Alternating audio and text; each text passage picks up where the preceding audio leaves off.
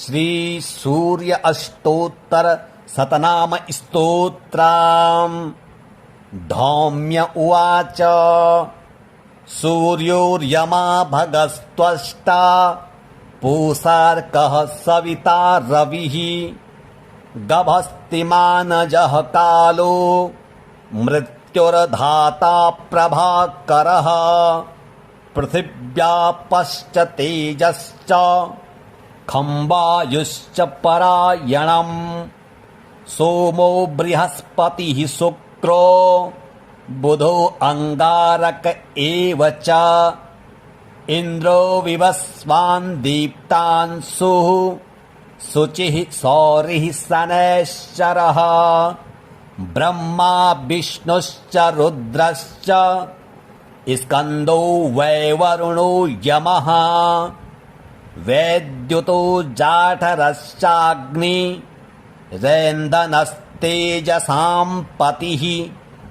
धर्मध्वजो वेदकर्ता वेदांगो वेदवाहनः कृतं त्रेता द्वापरश्च कलिः सर्वमलाश्रयः कलाकाष्ठा मुहूर्ताश्च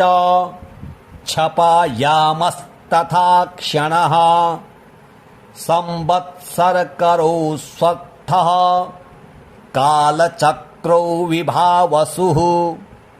पुरुषः शाश्वतो योगी व्यक्ताव्यक्तः सनातनः कालाध्यक्षः प्रजाध्यक्षो विश्वकर्मा तमोनुदः वरुणः सागरोऽंशश्च जीमूतो जीवनो रिहा भूताश्रयो भूतपतिः सर्वलोकनमस्कृतः स्रष्टा संवर्तको वह्निः सर्वस्यादिरलोलुपः अनन्तः कपिलो भानुः कामदः सर्वतोमुखः जयो विशालो वरदः सर्वधातु निषेचिता मनः सुपर्णो भूतादिः शीघ्रगः प्राणधारकः धनवन्तरिर्धूमकेतुरादिदेवोदिते सुतः द्वादशात्मा रविन्दाक्ष्यः पिता माता पितामहः स्वर्गद्वारं प्रजाद्वारं मोक्षद्वारं त्रिविष्टपम् देहकर्ता प्रशान्तात्मा विश्वात्मा विश्वतो मुखः चराचरात्मा सूक्ष्मात्मा मैत्रेयः करुणान्वितः। धौम्य उवाच सूर्योर्यमा भगस्त्वष्टा पूषार्कः सविता रविः गभस्तिमानजः कालो मृत्युर्धाता प्रभाकरः पृथिव्यापश्च तेजश्च खम्बायुश्च परायणम् सोमो बृहस्पतिः शुक्रो बुधो अंगारक एव च इन्द्रो विवस्वान् दीप्तांशुः शुचिः सौरिः शनैश्चरः ब्रह्मा विष्णुश्च रुद्रश्च स्कन्दो वैवरुणो यमः वैद्युतो जाठरश्चाग्नि रैन्दनस्तेजसां पतिः धर्मध्वजो वेदकर्ता वेदांगो वेदवाहनः कृतं त्रेता द्वापरश्च कलिः सर्वमलाश्रयः कलाकाष्ठा मुहूर्ताश्च क्षपायामस्तथा क्षणः संवत्सरकरो स्वत्थः कालचक्रो कालचक्रो विभावसुः पुरुषः शाश्वतो योगी व्यक्ताव्यक्तः सनातनः कालाध्यक्षः प्रजाध्यक्षो विश्वकर्मा तमोनुदः वरुणः सागरोऽंशश्च जीमूतो जीवनोरिहा भूताश्रयो भूतपतिः सर्वलोकनमस्कृतः स्रष्टा संवर्तको वह्निः सर्वस्यादिरलोलुपः अनन्तः कपिलो भानुः कामदः सर्वतोमुखः जयो विशालो वरदः सर्वधातुनिषेचिता मनः सुपर्णो भूतादिः शीघ्रगः प्राणधारकः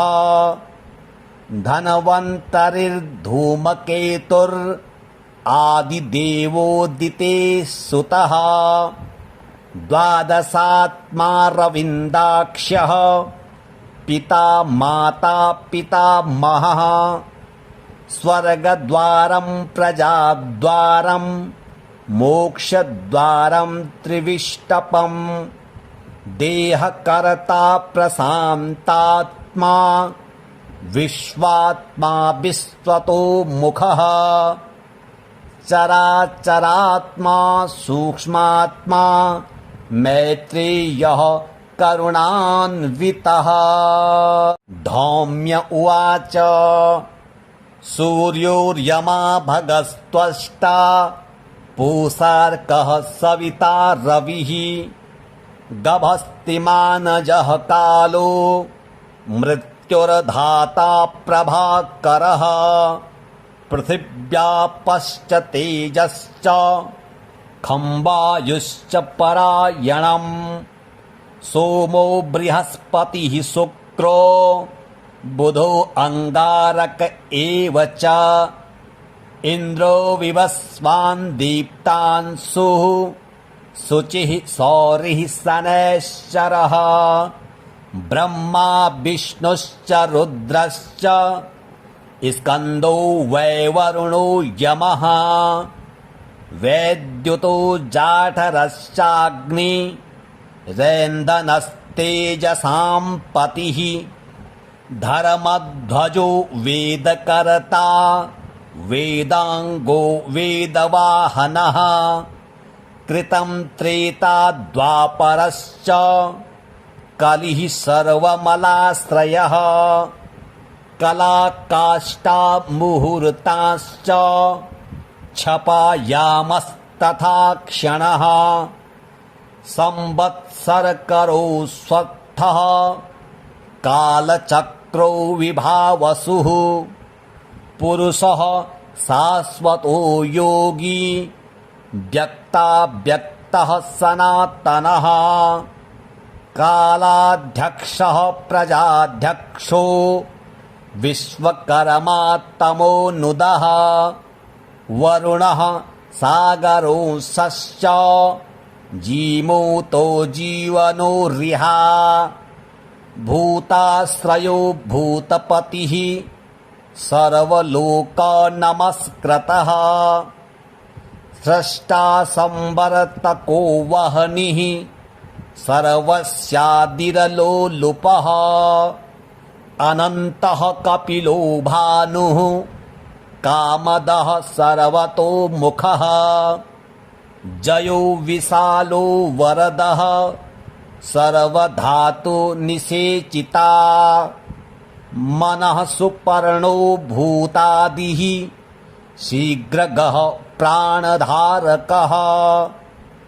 धनवन्तरिर्धूमकेतुरादिदेवोदिते सुतः द्वादशात्मा रविन्दाक्ष्यः पिता माता पितामहः स्वर्गद्वारं प्रजाद्वारं मोक्षद्वारं त्रिविष्टपं देहकर्ता प्रशान्तात्मा विश्वात्मा विश्वतो मुखः चराचरात्मा सूक्ष्मात्मा मैत्रेयः करुणान्वितः। धौम्य उवाच सूर्योर्यमा भगस्त्वष्टा पूषार्कः सविता रविः गभस्तिमानजः कालो मृत्युर्धाता प्रभाकरः पृथिव्यापश्च तेजश्च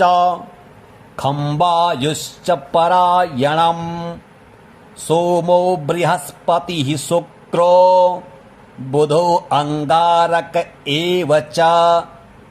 इन्द्रो विवस्वान् दीप्तांशुः शुचिः सौरिः शनैश्चरः ब्रह्मा विष्णुश्च रुद्रश्च स्कन्दो वैवरुणो यमः वैद्युतो जाठरश्चाग्नि रैन्दनस्तेजसां पतिः धर्मध्वजो वेदकर्ता वेदांगो वेदवाहनः कृतं त्रेता द्वापरश्च कलिः सर्वमलाश्रयः कलाकाष्ठा मुहूर्ताश्च क्षपायामस्तथा क्षणः संवत्सरकरो स्वत्थः कालचक्रो विभावसुः पुरुषः शाश्वतो योगी व्यक्ताव्यक्तः सनातनः कालाध्यक्षः प्रजाध्यक्षो विश्वकर्मा तमोनुदः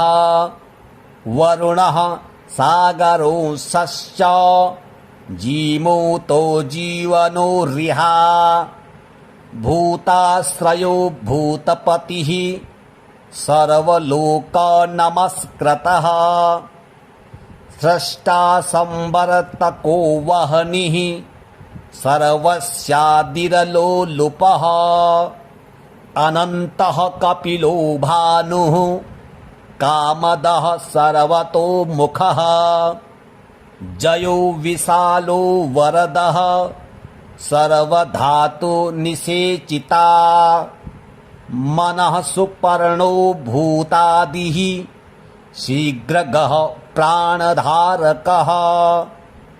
धनवन्तरिर्धूमकेतुरादिदेवोदिते सुतः द्वादशात्मा रविन्दाक्ष्यः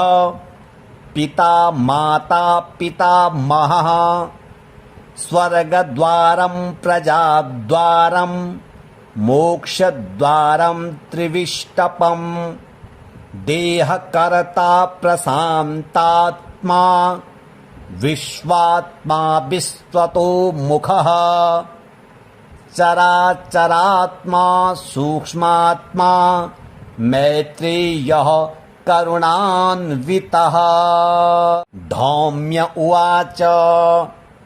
सूर्योर्यमा भगस्त्वष्टा पूषार्कः सविता रविः गभस्तिमानजः कालो मृत्युर्धाता प्रभाकरः पृथिव्यापश्च तेजश्च खम्बायुश्च परायणम् सोमो बृहस्पतिः शुक्रो बुधो अंगारक एव च इन्द्रो विवस्वान् दीप्तांशुः शुचिः सौरिः शनैश्चरः ब्रह्मा विष्णुश्च रुद्रश्च स्कन्दो वैवरुणो यमः वैद्युतो जाठरश्चाग्नि रैन्दनस्तेजसां पतिः धर्मध्वजो वेदकर्ता वेदांगो वेदवाहनः कृतं त्रेता द्वापरश्च कलिः सर्वमलाश्रयः कलाकाष्ठा मुहूर्ताश्च क्षपायामस्तथा तथा क्षणः संवत्सरकरो स्वत्थः कालचक्रो विभावसुः पुरुषः शाश्वतो योगी व्यक्ताव्यक्तः सनातनः कालाध्यक्षः प्रजाध्यक्षो विश्वकर्मा तमोनुदः वरुणः सागरोऽंशश्च जीमूतो जीवनोरिहा भूताश्रयो भूतपतिः सर्वलोकनमस्कृतः स्रष्टा संवर्तको वह्निः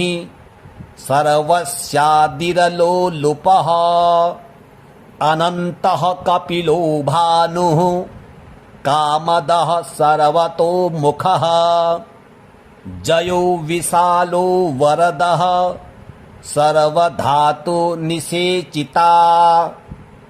मनः सुपर्णो भूतादिः शीघ्रगः प्राणधारकः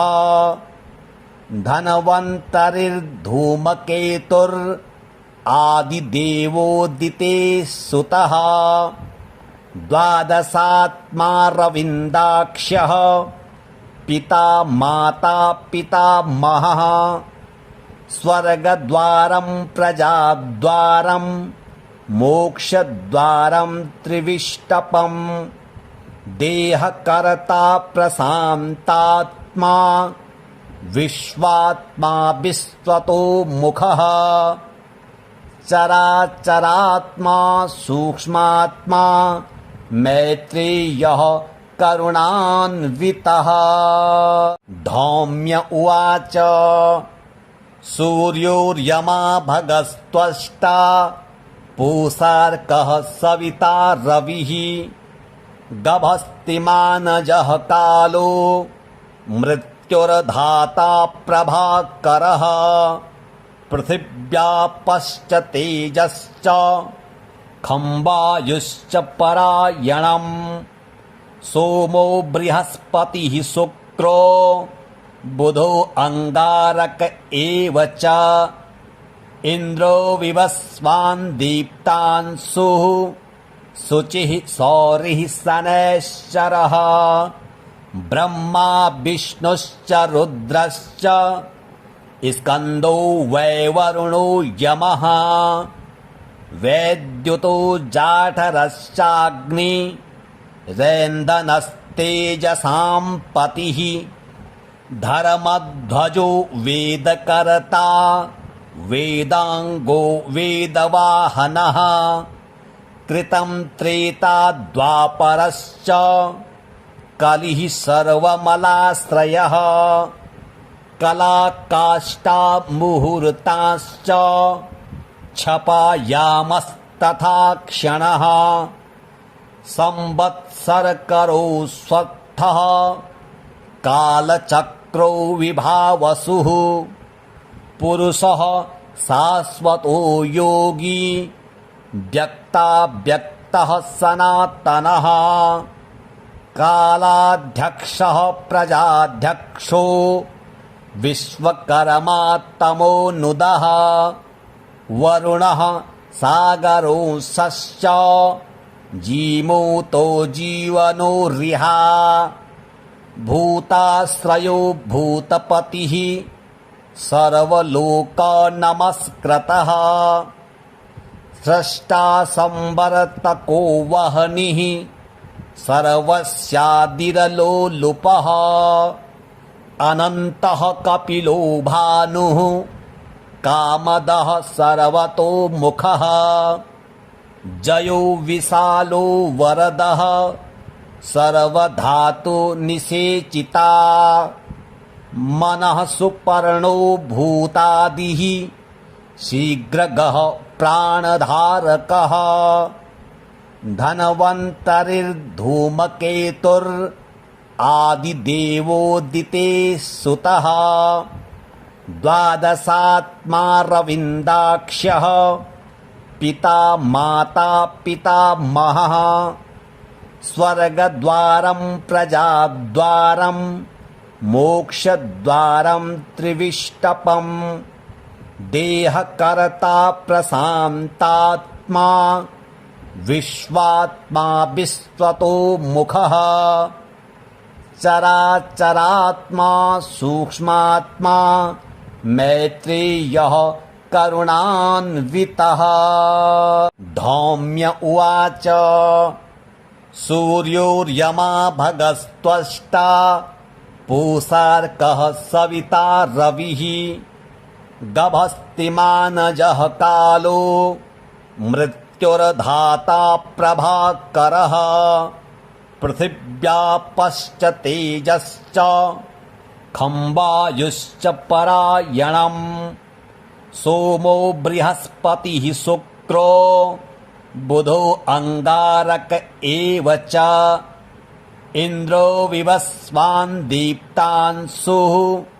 शुचिः सौरिः शनैश्चरः ब्रह्मा विष्णुश्च रुद्रश्च स्कन्दो वैवरुणो यमः वैद्युतो जाठरश्चाग्नि रैन्दनस्तेजसां पतिः धर्मध्वजो वेदकर्ता वेदांगो वेदवाहनः कृतं त्रेता द्वापरश्च कलिः सर्वमलाश्रयः कलाकाष्ठा मुहूर्ताश्च क्षपायामस्तथा क्षणः संवत्सरकरो स्वत्थः कालचक्रो विभावसुः पुरुषः शाश्वतो योगी व्यक्ताव्यक्तः सनातनः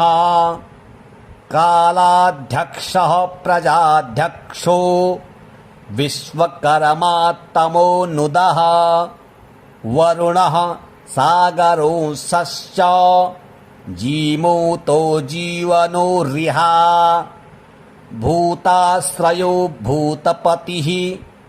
सर्वलोकनमस्कृतः स्रष्टा संवर्तको वह्निः सर्वस्यादिरलोलुपः अनन्तः कपिलो भानुः कामदः सर्वतोमुखः जयो विशालो वरदः सर्वधातु निषेचिता मनः सुपर्णो भूतादिः शीघ्रगः प्राणधारकः धनवन्तरिर्धूमकेतुरादिदेवोदिते सुतः द्वादशात्मा रविन्दाक्ष्यः पिता माता पितामहः स्वर्गद्वारं प्रजाद्वारं मोक्षद्वारं त्रिविष्टपम् देहकर्ता प्रशान्तात्मा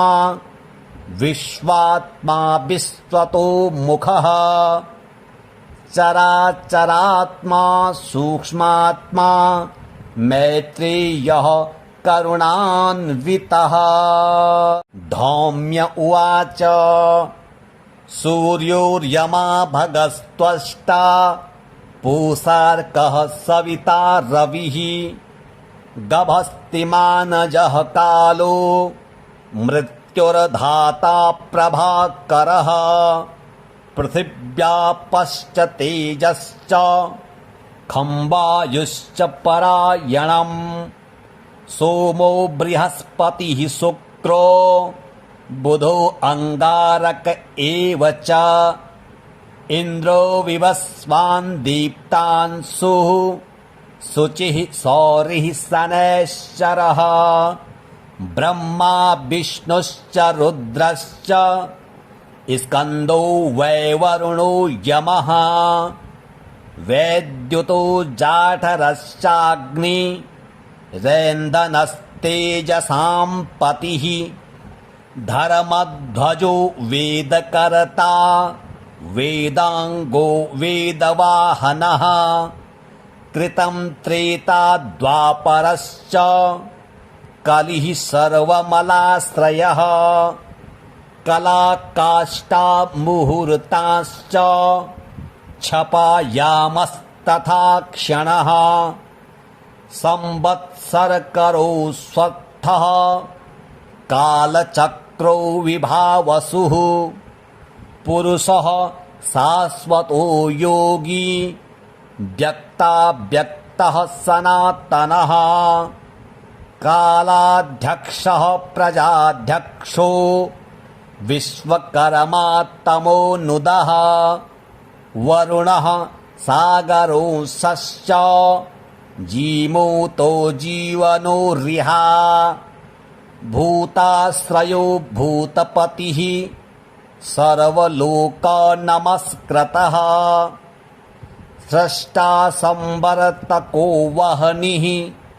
सर्वस्यादिरलोलुपः अनन्तः कपिलो भानुः कामदः सर्वतोमुखः जयो विशालो वरदः सर्वधातुनिषेचिता मनः सुपर्णो भूतादिः शीघ्रगः प्राणधारकः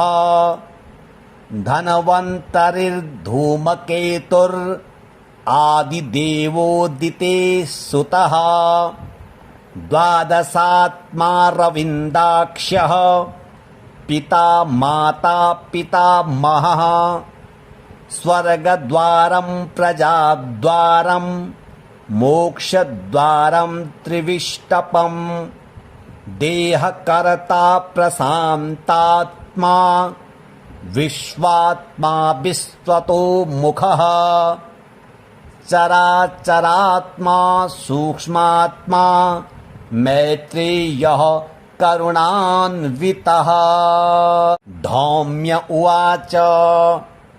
सूर्योर्यमा भगस्त्वष्टा पूषार्कः सविता रविः गभस्तिमानजः कालो मृत्युर्धाता प्रभाकरः पृथिव्यापश्च तेजश्च खम्बायुश्च परायणम् सोमो बृहस्पतिः शुक्रो बुधो अंगारक एव च इन्द्रो विवस्वान् दीप्तांशुः शुचिः सौरिः शनैश्चरः ब्रह्मा विष्णुश्च रुद्रश्च स्कन्दो वैवरुणो यमः वैद्युतो जाठरश्चाग्नि रेन्दनस्तेजसां पतिः धर्मध्वजो वेदकर्ता वेदांगो वेदवाहनः कृतं त्रेता द्वापरश्च कलिः सर्वमलाश्रयः कलाकाष्ठा मुहूर्ताश्च क्षपायामस्तथा क्षणः संवत्सरकरो स्वत्थः कालचक्रो विभावसुः पुरुषः शाश्वतो योगी व्यक्ताव्यक्तः सनातनः कालाध्यक्षः प्रजाध्यक्षो विश्वकर्मा तमोनुदः वरुणः सागरोऽंशश्च जीमूतो जीवनोरिहा भूताश्रयो भूतपतिः सर्वलोकनमस्कृतः स्रष्टा संवर्तको वह्निः सर्वस्यादिरलोलुपः अनन्तः कपिलो भानुः कामदः सर्वतोमुखः जयो विशालो वरदः सर्वधातुनिषेचिता मनः सुपर्णो भूतादिः शीघ्रगः प्राणधारकः